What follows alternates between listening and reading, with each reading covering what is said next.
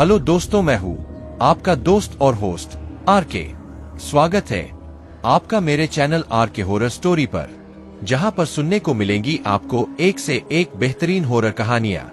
चलिए शुरू करते हैं हमारी नई कहानी। ये वक्त है डरने का। कानों में हेडफोन लगा लीजिए और कमरे की लाइट कर दीजिए बंद और मजा लीजिए हमारी नई कहानी का।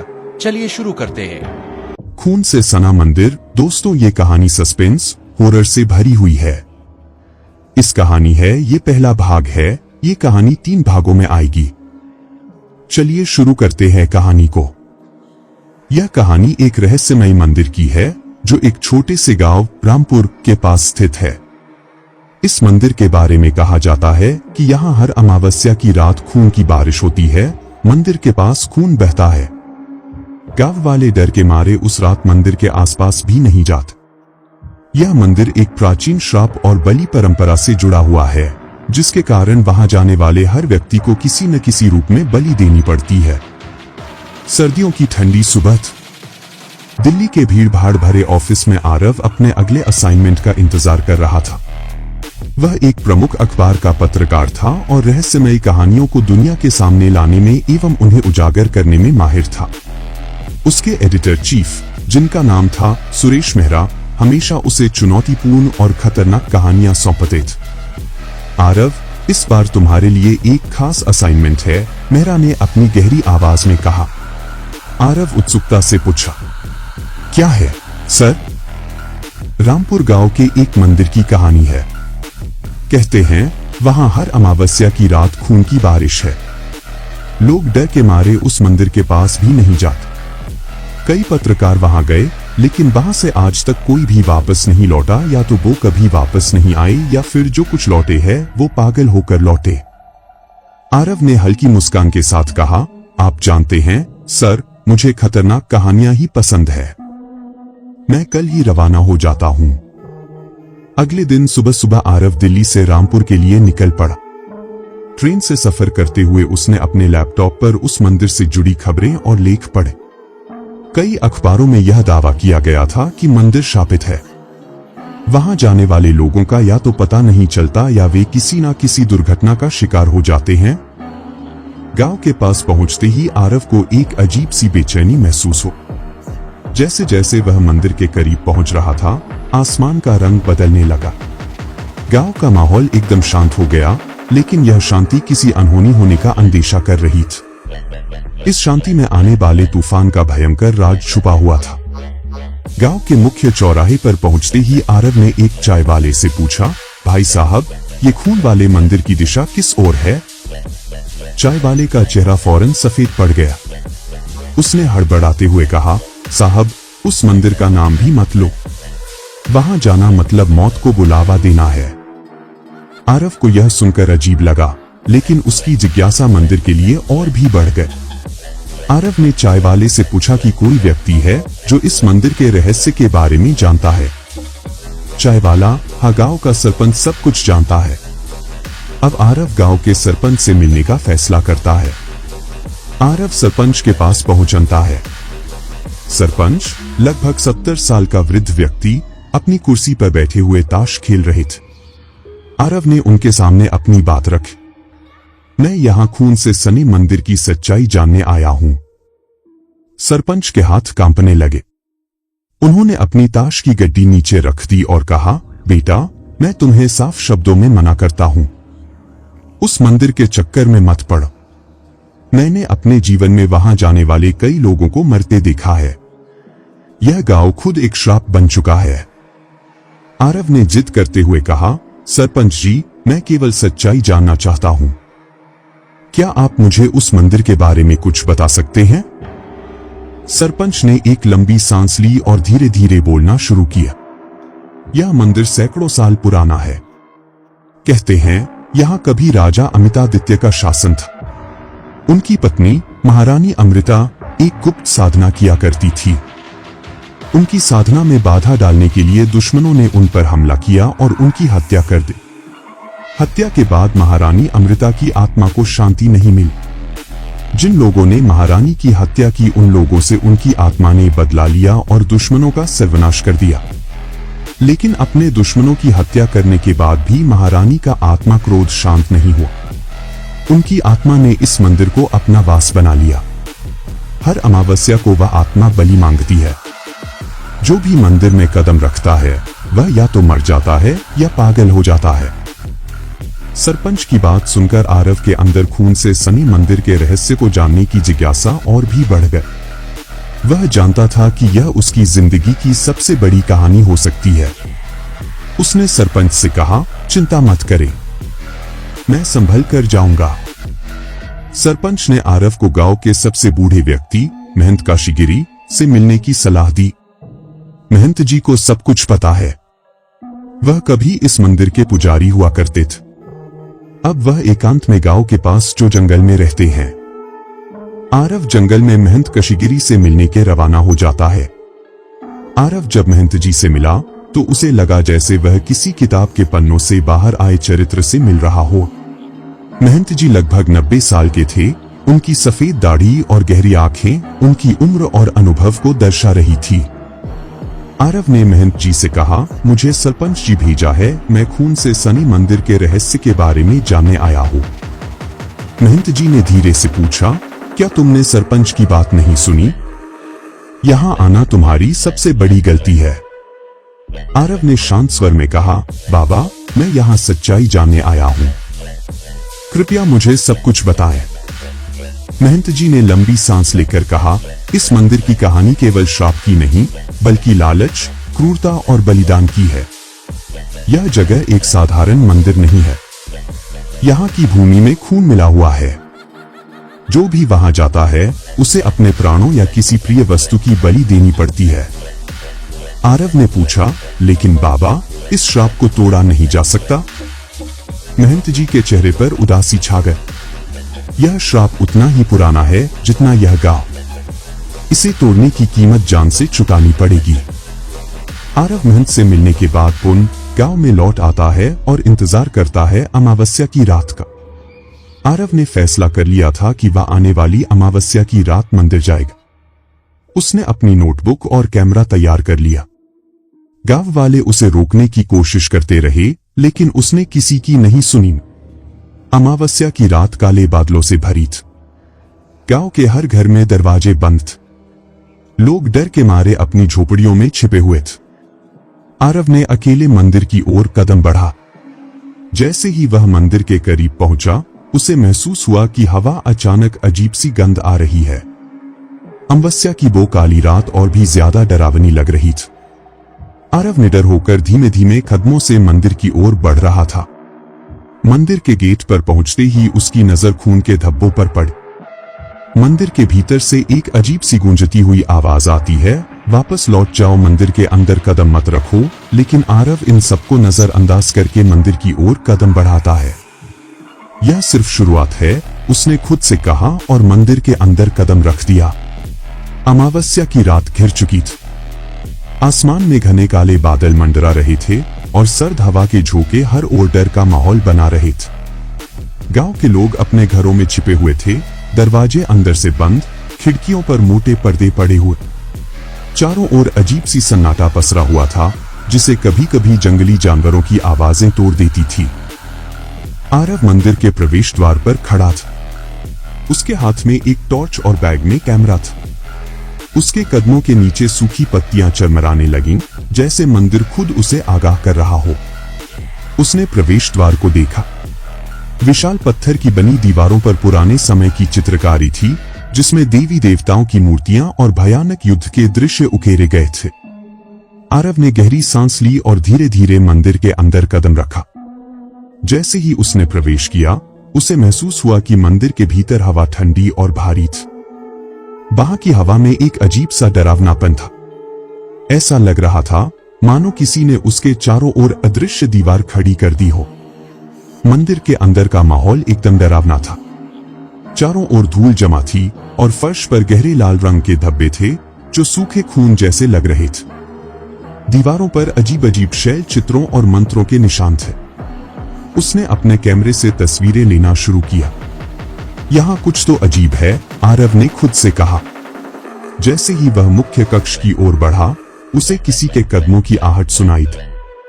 उसने तुरंत टॉर्च घुमाई, लेकिन वहां कोई नहीं था। उसके दिल की धड़कन तेज हो गई, लेकिन उसने खुद को संभाला। मुख्य कक्ष के पास पहुंचते ही आरव ने देखा कि वहां एक विशाल मूर्ति थी। मूर्ति एक देवी की थी, लेकिन उसका चेहरा बेहद डरावना था। देवी के हाथों में तलवार और खून से सना कटोरा था। मूर्ति के पास एक पत्थर का चबूतरा था जो सूखे खून के धब्बों से भरा हुआ था। आरव मूर्ति के पास पहुंचा और गौर से देखने लगा। तभी अचानक उसे ऐसा महसूस हुआ कि मूर्ति की आंखें उसकी ओर घूर रही है। लेकिन उसने अपने आप से कहा, यह मेरा भ्रम है और नहीं, मुझे डरना नहीं है। लेकिन तभी हवा में एक अजीब सी आवाज गूंजने लगी। यह कोई सामान्य आवाज नहीं थी। यह आवाज किसी औरत के रोने और हंसने का मिक्स था। वह महिला कभी रो रही थी, कभी हंस रही थी। आरव के रोंगटे खड़े हो गए। उसने टॉर्च घुमाई और चारों ओर देखा, लेकिन वहां कोई नहीं था। जैसे ही आवाज बंद हुई, आरव ने देखा कि चबूतरे पर एक अजीब सी चमकती हुई वस्तु रखी थी। वह झुककर देखने लगा। यह एक पुराना ताबीज था जिसमें लाल धागा लिपटा हुआ था। उसने ताबीज को उठाया और गौर से देखा। तभी अचानक मंदिर के अंदर का माहौल और भी भारी हो गया। हवा में एक झटके से दरवाजा बंद हो गया। आरव तुरंत पलटा, लेकिन अब मंदिर का मुख्य दरवाजा गायब हो चुका था। अब वहां उसे केवल दीवार दिखाई दे रही थी। यह क्या हो रहा है? उसने डरते हुए कहा। उसकी नजर मूर्ति पर गई और वह यह देखकर चौंक गया कि मूर्ति से खून की एक पतली धार बहने लगी थी। खून चबूतरे तक पहुंच रहा था और जमीन पर फैल रहा था। तभी एक अजीब सी काली छाया मूर्ति के पास उभरी। यह छाया धीरे धीरे आकार लेने लगी और एक महिला के रूप में बदल गई। वह महिला एक लाल साड़ी पहने हुए थी, लेकिन उसका चेहरा अस्पष्ट और धुंधला था। उसकी आंखों से खून बह रहा था और उसकी हंसी गूंज रही थी। कौन हो तुम? आरव ने हिम्मत करके पूछा। उस छाया ने कहा, तुमने यहां आकर बहुत बड़ी गलती की है। मुझे ये पसंद नहीं कि कोई मेरी इस जगह पर आए।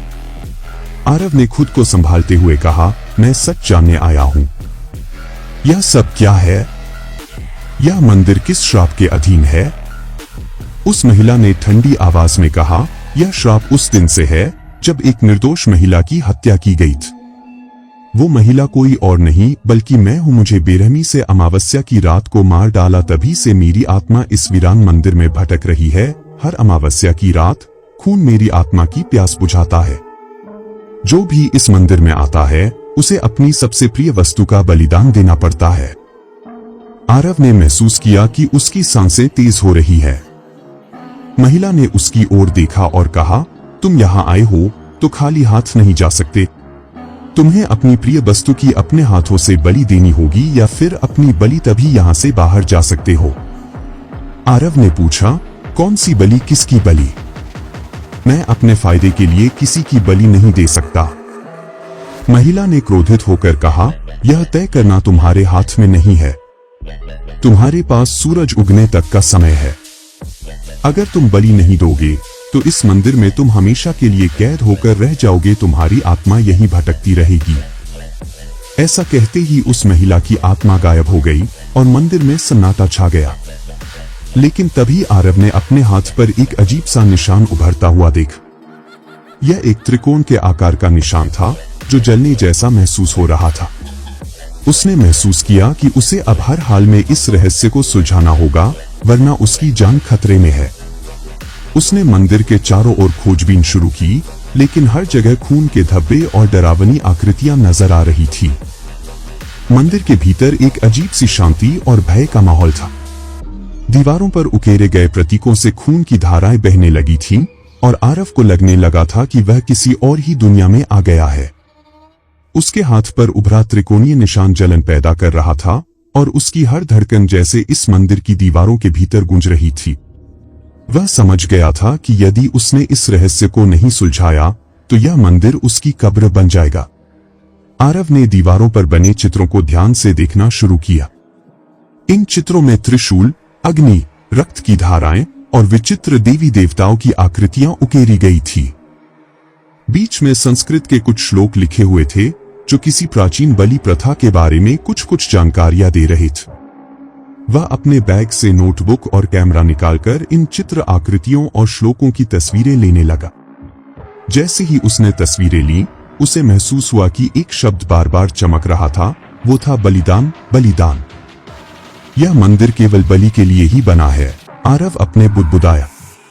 आरव को याद आया कि महंत काशीगिरी ने उसे बताया था कि यह मंदिर श्रापित है और इसका इतिहास सदियों पुराना है। उसे महसूस हुआ कि यह श्राप केवल एक अमावस्या की रात से जुड़ा नहीं है, बल्कि यह मंदिर खुद एक ऐसा स्थान है जो उस महिला की आत्मा का वास बन चुका है। तभी उसकी नजर मूर्ति के पीछे बने एक छोटे दरवाजे पर पड़ी। यह दरवाजा बाकी जगहों से अलग था। यह धातु का बना था और उस पर रक्त रंजित हाथों के निशान थे। उसने दरवाजे को खोलने की कोशिश की, लेकिन यह बंद था। यहां कुछ छिपा हुआ है, उसने सोचा। तभी उसके हाथ का त्रिकोणीय निशान चमकने लगा और दरवाजा खुद ब खुद खुल गया। दरवाजे के पीछे एक सीढ़ी थी जो मंदिर के नीचे की ओर जा रही थी।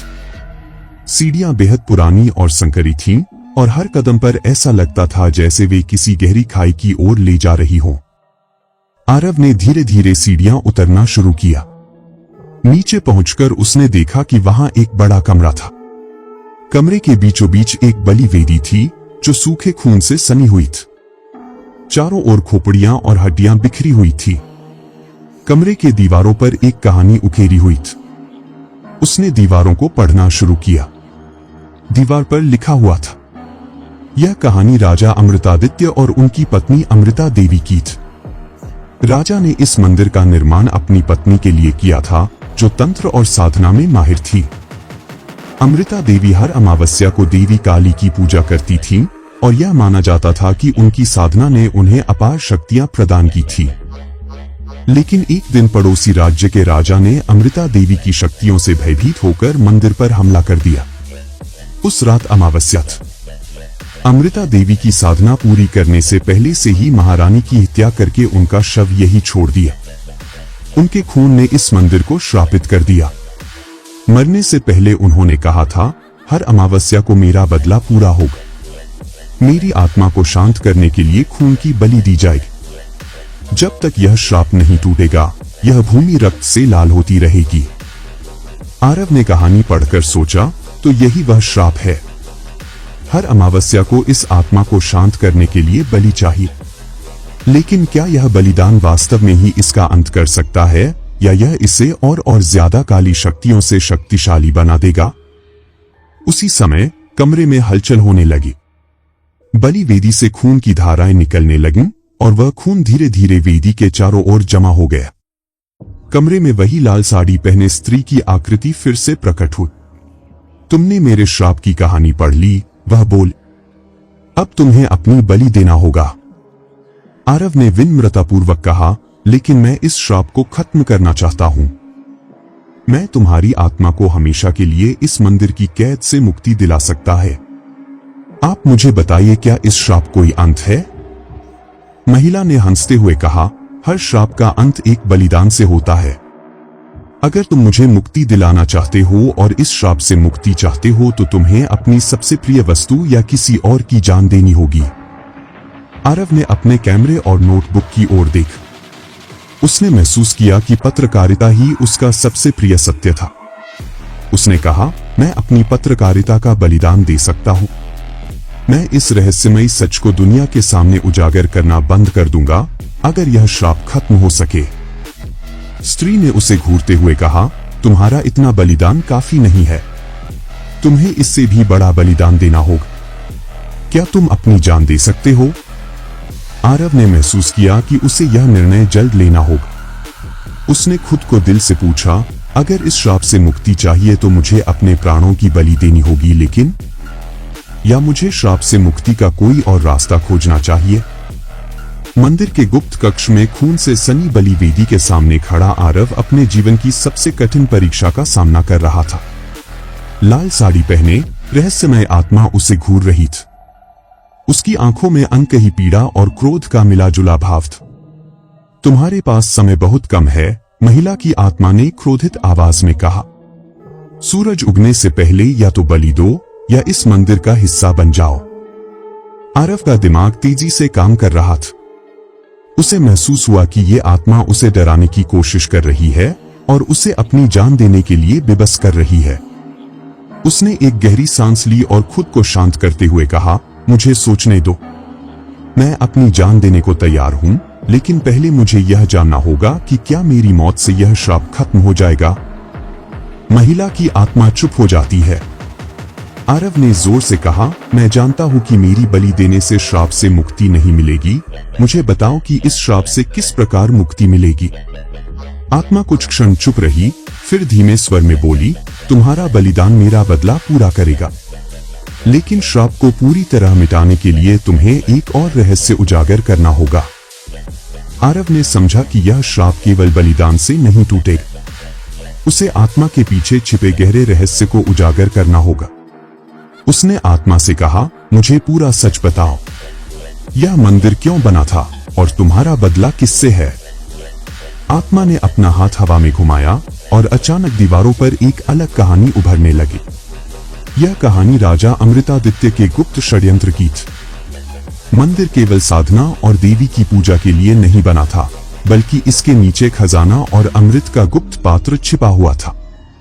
राजा ने अपनी पत्नी अमृता देवी को इसका संरक्षक बनाया था, लेकिन जब पड़ोसी राज्य ने हमला किया तो राजा ने अपनी जान बचाने के लिए अपनी रानी अमृता की अपनी देवी को खुश करने के लिए बलि दे दी।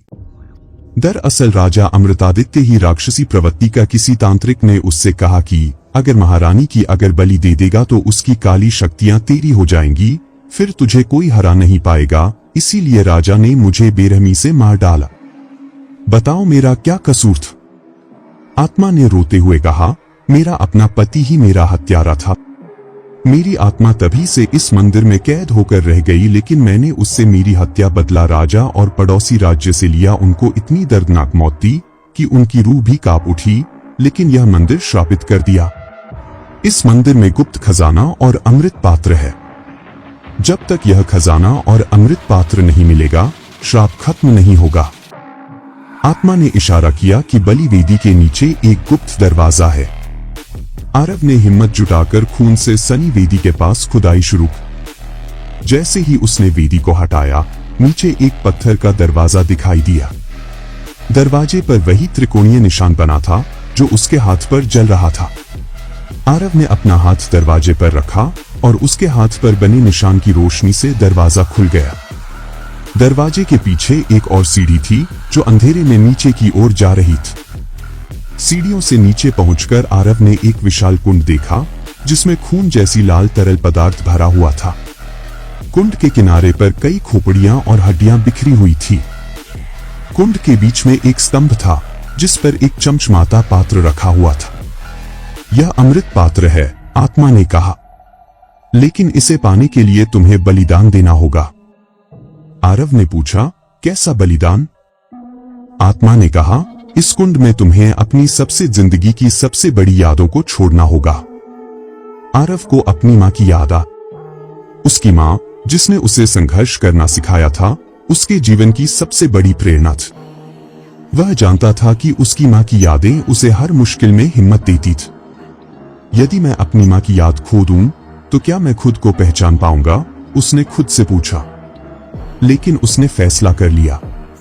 उसने अपनी आंखें बंद की और अपनी मां की छवि को याद करते हुए कहा, मुझे माफ करना मां। मैं यह बलिदान इसलिए दे रहा हूं ताकि यह श्राप खत्म हो सके। जैसे ही उसने यह कहा, उसके हाथ का त्रिकोणीय निशान चमक उठा और कुंड में एक तेज रोशनी फैल गई। अमृत पात्र से रोशनी निकलकर पूरे मंदिर में फैल गई। आत्मा की छवि धीरे धीरे शांत होने लगी। उसने मुस्कुराते हुए कहा, तुमने मेरा बदला पूरा कर दिया। अब यह मंदिर और यह भूमि श्राप मुक्त हो जाएगी। आत्मा गायब हो गई और मंदिर की दीवारें चमकने लगी। वह खून के धब्बे और डरावनी आकृतियां सब धीरे धीरे मिटने लगी। आरव ने जब बाहर आकर देखा तो सूरज उग चुका था। मंदिर के चारों ओर का वातावरण शांत और पवित्र लग रहा था। गांव वाले धीरे धीरे मंदिर के पास आने लगे। सरपंच ने आरव को देखकर कहा, क्या तुमने सचमुच श्राप को खत्म कर दिया? आरव ने मुस्कुराते हुए कहा, हाँ, लेकिन मुझे इसके लिए बहुत बड़ा बलिदान देना पड़ा। मंदिर का श्राप टूट चुका था। आत्मा शांत हो गई थी और मंदिर से डरावना माहौल खत्म हो गया था।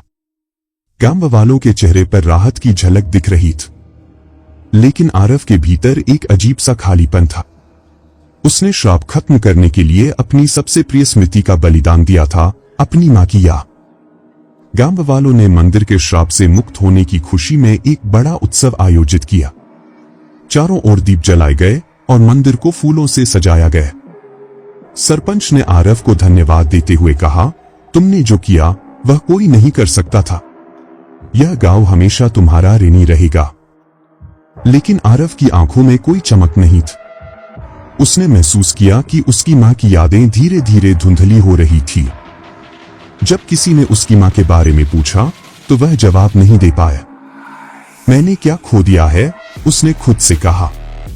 आरव जब गांव के बाहर अपने ठिकाने पर लौटा तो रात में उसे अजीब सपने आने लगे। उसने सपने में देखा कि वह मंदिर के गुप्त कक्ष में वापस है।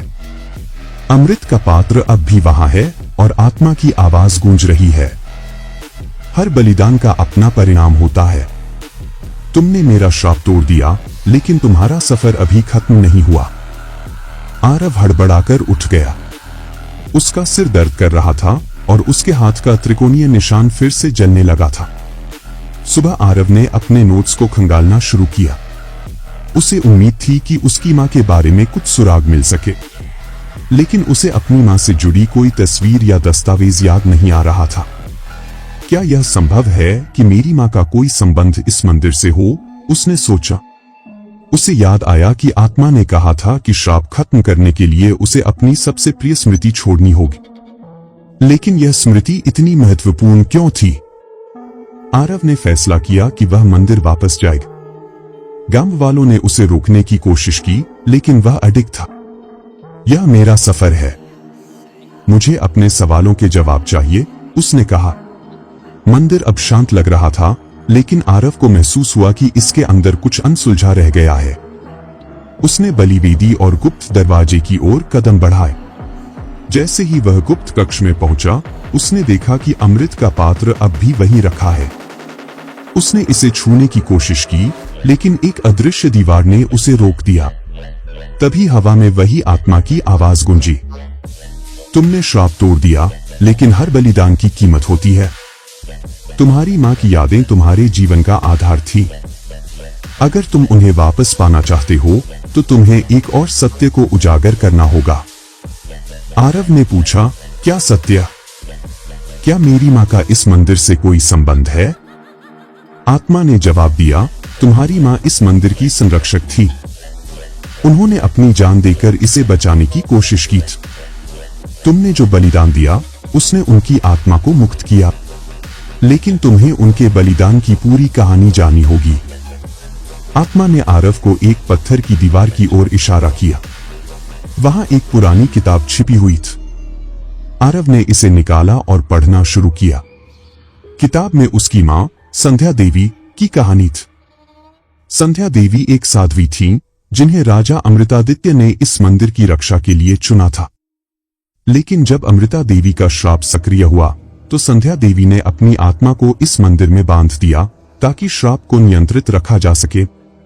किताब के आखिरी पन्ने पर लिखा था, मेरा बेटा एक दिन इस श्राप को खत्म करेगा, लेकिन उसकी यात्रा यहीं खत्म नहीं होगी।